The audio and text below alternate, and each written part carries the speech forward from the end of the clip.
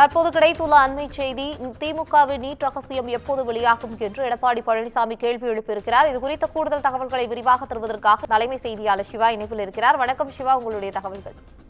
தஞ்சாவூர் மாவட்டம் சிலம்ப வேளங்காடு பகுதியைச் சேர்ந்த மாணவர் தனுஷ் கடந்த 2 ஆண்டுகளாகவே நீட் தேர்வு எழுதி தேர்ச்சி பெற முடியாததால் தன்னுடைய இன்னுயிரை மாய்த்து கொண்டதாகவும், இந்த திமுகவினுடைய நீட் தேர்வு ரத்து செய்வது தொடர்பான இந்த ரகசியம் எப்போது தெரிய வரும் என்றும் அதிமுகவினுடைய பொதுச் செயலாளரும் சட்டமன்ற எதிர்க்கட்சி தலைவருமான எடப்பாடி கே பழனிசாமி இந்த விவகாரத்தில் கேள்வி எழுப்பியிருக்கிறார். இது தொடர்பாக அவர் தன்னுடைய வலைதள பக்கத்தில் வெளியிட்டிருக்கக்கூடிய பதிவில், நீட் ரத்து என்ற பெயரில் அரசியல் நாடகம் நடத்தக்கூடிய திமுக முதல்வர் தன்னுடைய ஒன்றுக்கும் உதவாத விளம்பரங்கள் மூலமாக மக்களை ஏமாற்றி அவர்களுடைய உயிரை மாய்த்து கொள்ளக்கூடிய வகையிலான பணிகள் மட்டுமே ஈடுபடுகிறார். எனவே இது போன்ற சம்பவங்கள் அரங்கேறுவதை முதலமைச்சர் எப்போது உணர்வார் என்ற ஒரு கேள்வியையும் அவர் எழுப்பியிருக்கிறார். அதோடு மட்டுமல்லாமல் 40 எம்பிக்களை வைத்துக் கொண்டு நாடாளுமன்றத்தில் என்ன செய்து கொண்டிருக்கிறீர்கள் என்று அரசை பார்த்து அவர் கேள்வி எழுப்பியிருக்கிறார்.